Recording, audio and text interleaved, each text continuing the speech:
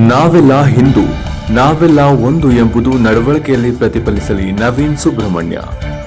ಹುಟ್ಟಿನಿಂದ ವ್ಯಕ್ತಿ ಶ್ರೇಷ್ಠ ಅಥವಾ ಕನಿಷ್ಠ ಆಗುವುದಿಲ್ಲ. ಸಾಧನೆಯ ಮೂಲಕ ಪ್ರತಿಯೊಬ್ಬ ಮನುಷ್ಯನು ದೈವತ್ವವನ್ನು ಪಡೆಯಲು ಸಾಧ್ಯ. ನಾವೆಲ್ಲ ಹಿಂದೂ, ನಾವೆಲ್ಲ ಒಂದು ಎನ್ನುವ ಘೋಷಣೆ ಕೇವಲ ಮಾತಿನ ಮಟ್ಟದಲ್ಲಿ ಉಳಿಯದೆ ನಡವಳಿಕೆಯಲ್ಲೂ ಪ್ರತಿಫಲಿಸಬೇಕು ಎಂದು ಸಾಮಾಜಿಕ ಕಾರ್ಯಕರ್ತ ನವೀನ್ ಸುಬ್ರಹ್ಮಣ್ಯ ಅಭಿಪ್ರಾಯಪಟ್ಟರು.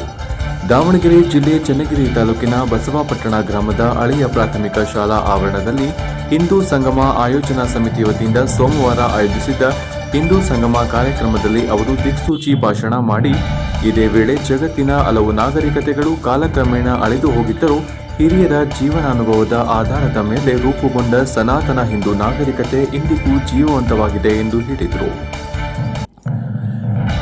ಕಾರ್ಯಕ್ರಮ ಗೋಪೂಜೆಯೊಂದಿಗೆ ಆರಂಭಗೊಂಡಿತು. ಅಧ್ಯಕ್ಷತೆ ವಹಿಸಿದ್ದ ಕೆಎಂ ವೀರಯ್ಯ ಅವರು ಪ್ರಾಸ್ತಾವಿಕವಾಗಿ ಮಾತನಾಡಿ, ಸನಾತನ ಹಿಂದೂ ಸಮಾಜಕ್ಕೆ ಭಾರತವೇ ಏಕೈಕ ಆಧಾರವಾಗಿತ್ತು. ರಾಷ್ಟ್ರ ಉಳಿದರೆ ಮಾತ್ರ ಸಮಾಜದ ಅಸ್ತಿತ್ವ ಉಳಿಯುತ್ತದೆ ಎಂದು ಹೇಳಿದರು. ಕಾರ್ಯಕ್ರಮಕ್ಕೆ ದಿವ್ಯ ಸಾನ್ನಿಧ್ಯ ವಹಿಸಿದ್ದ ರಾಣೆಬೆನ್ನೂರು ರಾಮಕೃಷ್ಣ ವಿವೇಕಾನಂದ ಆಶ್ರಮದ ಪೂಜ್ಯ ಶ್ರೀ ಪ್ರಕಾಶಾನಂದ ಜಿ ಮಹಾರಾಜ್ ಆಶೀರ್ವಚನ ನೀಡುತ್ತಾ, ಹಿಂದೂ ಸಮಾಜವು ಕೇವಲ ಮನರಂಜನೆಯತ್ತ ಮಾತ್ರ ಗಮನ ಹರಿಸದೆ ಆತ್ಮ ಜಾಗೃತಿ ಮತ್ತು ಆಧ್ಯಾತ್ಮಿಕ ಬೆಳವಣಿಗೆಯತ್ತ ಮುಖ ಮಾಡಬೇಕು ಎಂದು ತಿಳಿಸಿದರು. ರಾಮಾಯಣದ ಕುಂಭಕರ್ಣನ ನಿದ್ರೆಯನ್ನು ಉದಾಹರಿಸಿ ಮಾತನಾಡಿದ ಇವರು, ಹಿಂದೂ ಸಮಾಜದಲ್ಲಿ ಜಾಗೃತಿ ಮೂಡಿಸುವ ಅಗತ್ಯತೆ ಇದೆ. ಧರ್ಮಾಚರಣೆ, ದೇವಾಲಯ ಭೇಟಿ, ಪೂಜೆ, ಜಾತ್ರೆಗಳಿಗೆ ಮಾತ್ರ ಸೀಮಿತವಾಗಬಾರದು. ಮನುಷ್ಯನ ಅಂತರಂಗದಲ್ಲಿ ಬದಲಾವಣೆ ಉಂಟಾಗುವ ಮೂಲಕ ಸಮಾಜದ ಕಲ್ಯಾಣದ ಆಶಯ ಮೂಡಬೇಕು ಎಂದು ಹೇಳಿದರು. ಸರ್ವೇ ಜನ ಸುಖಿನೋ ಭವಂತು ಎಂಬ ಸಂದೇಶ ನೀಡಿದ ಸನಾತನ ಹಿಂದೂ ಧರ್ಮ ಮಾನವೀಯ ಮೌಲ್ಯಗಳನ್ನು ಸಾರುತ್ತದೆ ಎಂದು ತಿಳಿಸಿದರು.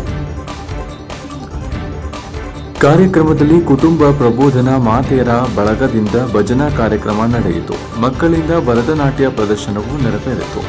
ಕಾರ್ಯಕ್ರಮಕ್ಕೂ ಮುನ್ನ ಶ್ರೀ ದುರ್ಗಾ ಪರಮೇಶ್ವರಿ ದೇವಾಲಯದಿಂದ ಬೃಹತ್ ಶೋಭಾಯಾತ್ರೆ ನಡೆಸಿ ಪೇಟೆ ಬಸವೇಶ್ವರ ದೇವಾಲಯ ಆವರಣವನ್ನು ತಲುಪಲಾಯಿತು. ವರದಿ ದೇವರಾಜ್ ಕೆನೆಲ್ಲೆ ಹಂಕಲು, ದಾವಣಗೆರೆ.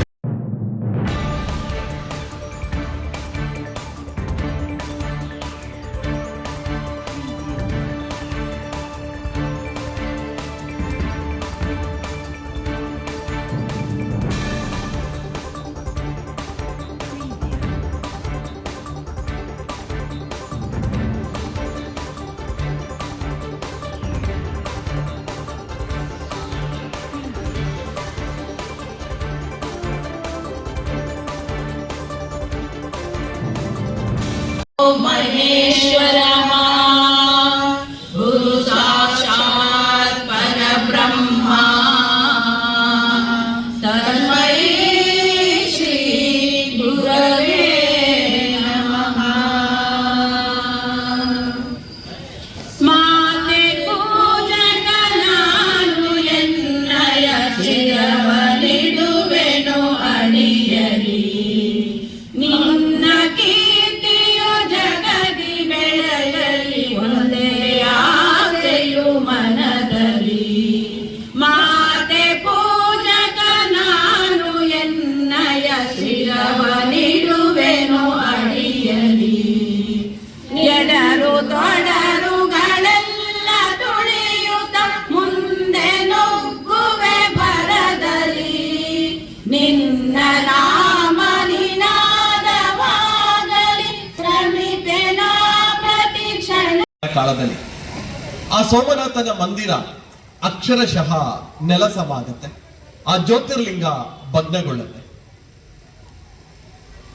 ಆ ಸೋಮನಾಥನ ಮಂದಿರದ ಮೇಲೆ ದಾಳಿಯಾದಾಗೆಲ್ಲ ಸಹ ಅದನ್ನ ಮತ್ತೆ ಮತ್ತೆ ಕಟ್ಟುವಂತಹ ಪ್ರಯತ್ನಗಳು ಸಹ ಆಗಿತ್ತು. ಔರಂಗಜೇಬನೇ ಆ ದೇವಸ್ಥಾನವನ್ನ ನೆಲಸಮಗೊಳಿಸಿದ ನಂತರ ಔರಂಗಜೇಬನ ಆ ದುರಾಡಳಿತದ ಸಮಯದಲ್ಲೂ ಸಹ ಆ ಮಂದಿರವನ್ನ ಪುನರ್ ನಿರ್ಮಾಣ ಮಾಡುವ ಕೆಲಸವನ್ನ ಮಾತೆ ಅಹಲ್ಯಾಬಾಯಿ ಮಾಡಿರುವುದನ್ನ ನಾವು ನೋಡಿದ್ದೀವಿ. ಇವತ್ತಿಗೂ ಸಹ ಆ ಮಾತೆ ಕಟ್ಟಿರುವಂತಹ ಪುಟ್ಟ ಮಂದಿರ ನಮಗೆ ಸೋಮನಾಥದಲ್ಲಿ ಕಾಣೋದಕ್ಕೆ ಸಿಗುತ್ತೆ.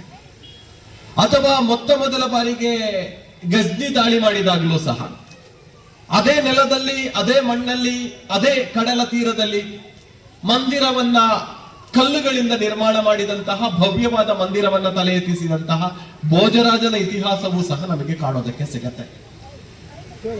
ಯಾವಾಗ ಸೋಮನೆ ಅಥವಾ ಸೋಮದೇವ ಚಂದ್ರನೇ ನಿರ್ಮಾಣ